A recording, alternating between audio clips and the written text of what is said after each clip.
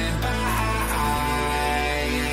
away from them, and no one can see me now.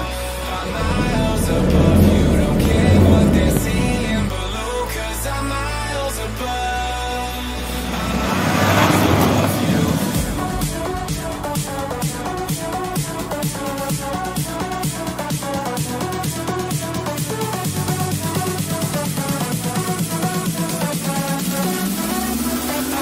Miles above you.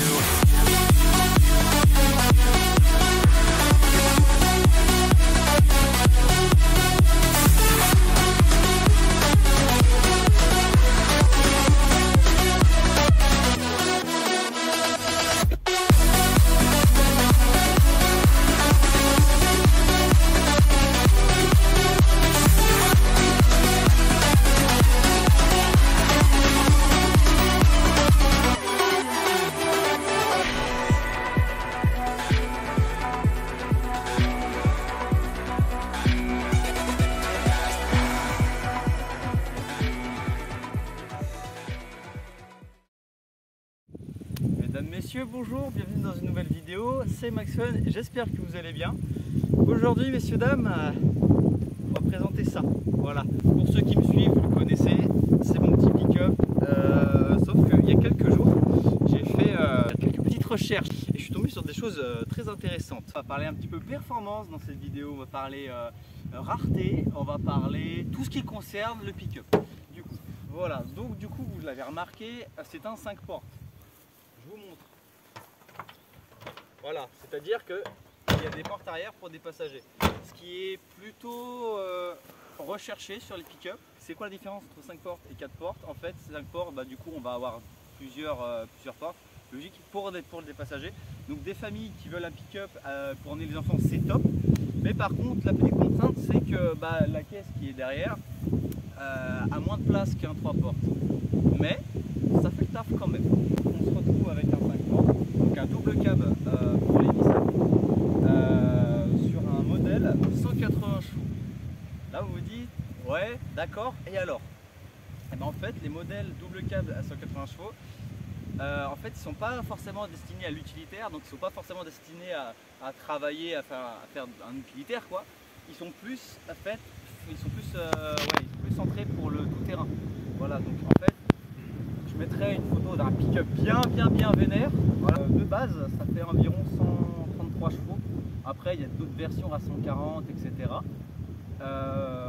Mais celui-là, on fait 180 et ça a fait une série assez rare. Donc, je suis fier d'avoir découvert ça, d'avoir un pick-up double cab, 180 chevaux. Et du coup, je suis content. Du coup, on retrouve un petit moteur Nissan qui fait presque la taille d'un V6 de 2,4 litres et qui développe 180 chevaux, comme je vous l'ai déjà dit. Sauf que ça, sur ce modèle, c'est un moteur Nissan. Là, vous vous dites, c'est logique, c'est marqué Nissan. Nissan a été racheté par Renault et du coup, ils ont mis ensuite des moteurs Renault dans les Nissan Navara. Donc ça, c'est un Nissan Navara D22 et sur les gammes au-dessus, en fait, ils ont fait littéralement des moteurs Renault. Et du coup, les moteurs Renault sont un petit peu moins costauds sur les Nissan Navara. Donc du coup, ça cassait beaucoup plus vite, l'embrayage cassait, etc. Enfin, il y avait plus de problèmes en tout cas que là-dessus. Ça restait quand même des bons moteurs, mais pas aussi bons que celui qui est là-dedans. Et ils sont un petit peu plus puissants, je crois. Il y en a qui font 180 aussi, enfin bref, voilà. Mais ils étaient moins costauds. Donc du coup, il faut vous dire que j'ai une série rare avec un double cab 180 chevaux et en plus un moteur Nissan. Ce qui en fait une bête de tout terrain, vraiment c'est le roi des chemins pour moi. Parce que c'est vrai que comme ça, quand on voit la bête, on se dit bon c'est un pick-up quoi. Hein. Mais quand on regarde la fiche technique, etc., on se rend compte que finalement c'est une dinguerie. Voilà, on se rend compte que c'est absolument génial. Bon, on va pas trop faire le coup avec le prix de l'essence par contre. Mais voilà, on va rouler juste pour montrer ce que ça donne. Voilà. Je vais vous présenter ce qu'un pick-up, ce qu'un petit tout-terrain a sous le capot. Déjà, on a une option extrêmement rare sur les voitures, c'est-à-dire les warnings. Non, je rigole évidemment. Non, en fait, si vous voulez, on a une boîte de vitesse normale, donc première, deuxième, troisième, quatrième, cinquième et la marche arrière. Jusque-là, je vous apprends rien, tout va bien. Sauf qu'on a un deuxième levier. Et en général, c'est pas courant. Et les gens se disent, qu'est-ce que c'est ce bord sur la route? quelque chose de très basique, on va mettre les deux roues. C'est-à-dire que c'est les roues arrière sur la voiture, c'est les roues arrière. Donc quand c'est les roues arrière qui entraînent la voiture, on appelle ça une propulsion. Voilà. Donc ça, on va mettre les propulsions, c'est-à-dire que les roues arrière. Ensuite, si je passe un petit coup comme ça, et ben là, on va être sur du 4 roues. Donc les 4 roues vont traîner. Donc ça, c'est pour les chemins, les machins, la boue, etc. Après, on peut passer en neutre. Donc là, c'est comme si j'étais comme ça, hein, rien de plus exceptionnel. Et ensuite, si j'appuie, que je descends comme ça, là, je suis en 4 roues lentes. Donc c'est-à-dire que je vais rouler plus doucement, mais je serai quand même en 4 roues. Et je vais rouler plus doucement qu'en 4 roues rapides. Ça, c'est logique. Et à quoi ça sert? Ça sert plus quand, par exemple, vous avez une montée dans les tout-terrains et que vous ne pouvez pas vous arrêter, parce que si vous arrêtez, vous redescendez tout en bas et que c'est extrêmement dangereux parce que vous pouvez faire des tonneaux. Ben vous mettez les 4 roues lentes, et si vous avez des obstacles, etc., c'est plus simple. Du coup, ça permet de rouler en toute sérénité.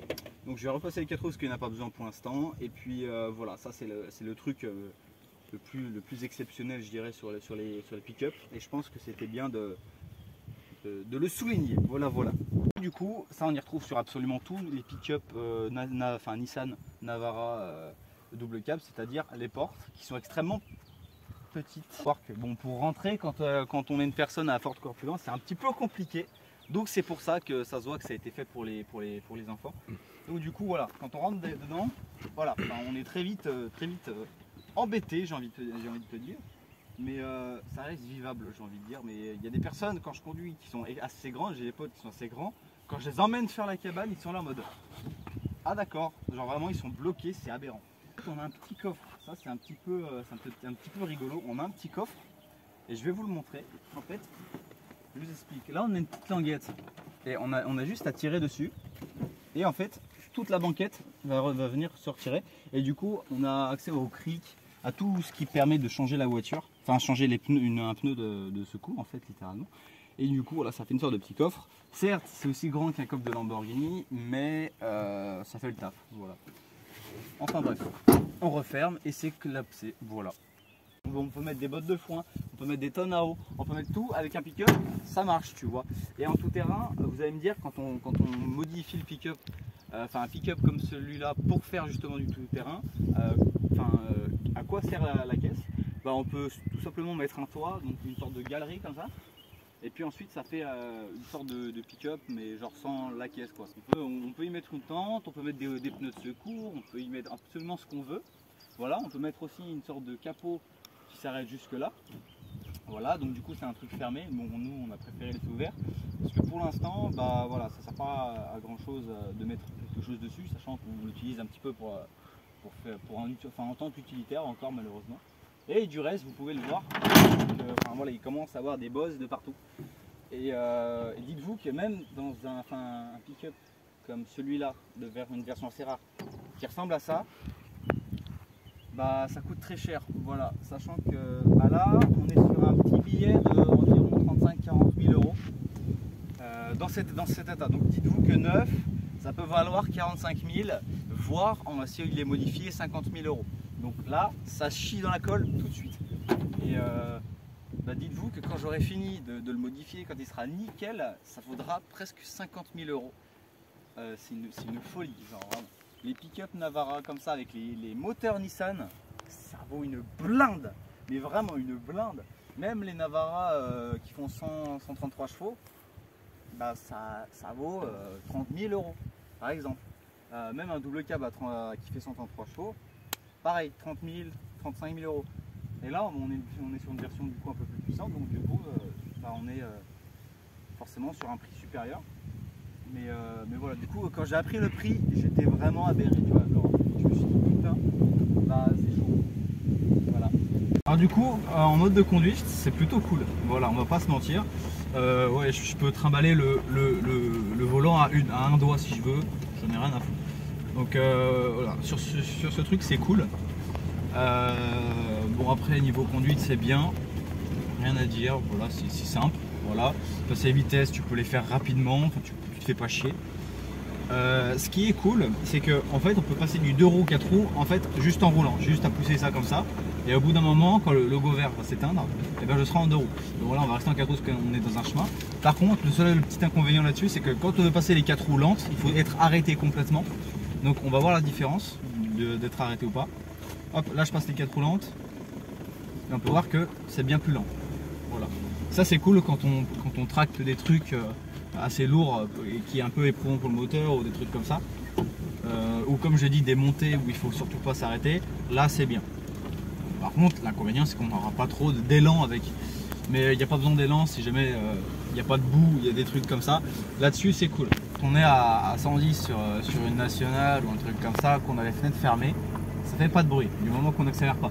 Après je vous l'ai dit, c'est presque la taille d'un V6, ça fait 180 chevaux, dès que tu appuies un petit peu ça chante. Ça c'est normal, on peut pas, enfin c'est inévitable en fait. Voilà, donc par exemple je vais vous montrer. Voilà. On entend facilement que ça monte dans les tours. C'est une voiture assez longue. Voilà, 5 mètres 37 je crois de mémoire. Bon, faut pas aller en ville avec, parce que pour vous garer, comment dire, c'est la merde totale. Mais par contre, quand on veut faire le con, sachant que c'est de propulsion et avec un truc qui est absolument immense, bah c'est très facile en fait. On peut se faire plaisir très simplement. Voilà, juste un petit coup de gaz avec 180 chevaux, ça part tout de suite. Genre, t'as pas de solution, ça part instantanément. Surtout quand il y a de la boue. Voilà. Il y a même des fois où bah, en fait tu n'avances même plus tellement c'est aberrant. Voilà, tu vois par exemple là, ça peut partir à tout moment. Voilà. Sauf qu'on va pas faire le con. Lui il est mort derrière. Très content d'être au volant d'une voiture pareille. Mais contrairement à ce qu'on peut croire, ça monte, ça appuie un petit peu fort quand on commence à monter au niveau des 2-3 000 tours. Pas avant. Voilà. Et ça monte jusqu'à 5 000, 6 000 tours. Bon, perso, je monte jamais jusqu'à 6000 tours parce que c'est le rupteur. Voilà, et j'ai pas envie de casser un truc qui coûte ce prix là. Mais voilà. Après, ça chauffe assez vite, logique. Le pick-up a un Instagram, donc du coup, je le mets dans la description. Vous voyez, je fais des petits réels de temps en temps, je fais le con. Voilà. Bon, je faisais parce que maintenant, vu le prix de l'essence, voilà, je suis très prudent. Voilà, je suis calme, ouais, exactement, parce que vu le prix de l'essence, c'est astronomique. C'est horrible, voilà. Donc faire un plein à 200 €, ça pique très fort. Pour les personnes qui ne s'y connaissent pas, vous savez qu'on compte la puissance en chevaux, voilà. Et en fait, pour les voitures, style Lamborghini, Porsche, etc., enfin des sportives, des super sportives, des hypercars, etc., tous ces domaines-là, on va dire que c'est des chevaux de course. Donc c'est fait pour la performance. C'est fait pour, voilà, pour aller vite, c'est fait pour ressentir beaucoup de choses, pour prendre les virages le plus vite possible. Jusque là ça va. Et mais en fait moi c'est pas spécialement ça. Vous voyez, le compteur il s'arrête à 180. Mais en fait moi c'est plus des chevaux de trait, on va dire ça. Donc c'est plus des chevaux pour tracter, des chevaux voilà, pour faire du tout terrain. Donc voilà, c'est pas des chevaux pour aller vite, c'est des chevaux pour... comment expliquer ça? C'est des chevaux, voilà, pour gravir, pour monter, pour tirer, enfin des trucs. Il n'y a pas besoin d'aller vite, enfin où il faut pas aller vite, mais par contre il faut de la puissance pour tracter, pour pousser, etc. C'est plus ça en fait. Mais voilà, quand on est à voilà, à bas régime, etc. Voilà, ça accélère assez fort. Enfin assez fort, c'est une façon de parler hein, évidemment. Mais voilà, ça monte facilement dans les tours. Ça, c'est intéressant. Et disons que bon, quand on est à l'arrêt et qu'on fait des petits, comment on appelle ça, des petits launch control, c'est sympathique. Bon, je sais pas si je vais en faire un vraiment parce que vu le prix d'essence, c'est horrible. On va pas se mentir. Mais voilà, on arrive à faire des trucs pas mal.